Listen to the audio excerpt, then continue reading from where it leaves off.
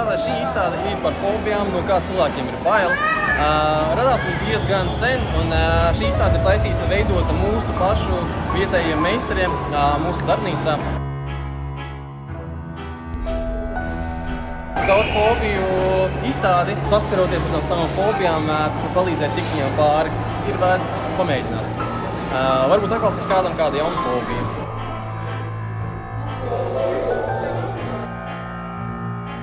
Kamīns, kur nāk klāt dzīvā uguns ārā, jo ir ļoti daudz cilvēkiem, kam bail tiešām no uguns, pat no maziem uguns avotiem, pat varbūt, nezinu, no sērkosiņiem aizsvilinātiem ir bail. Zemestrīces simulators. Daudziem cilvēkiem tiešām ir bail no zemestrīcēm, ka kaut kas sāk kustēties nedaudz.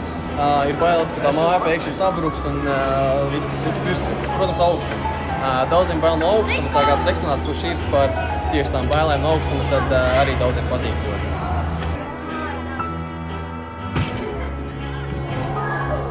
Savas bailes ir jāpārvar.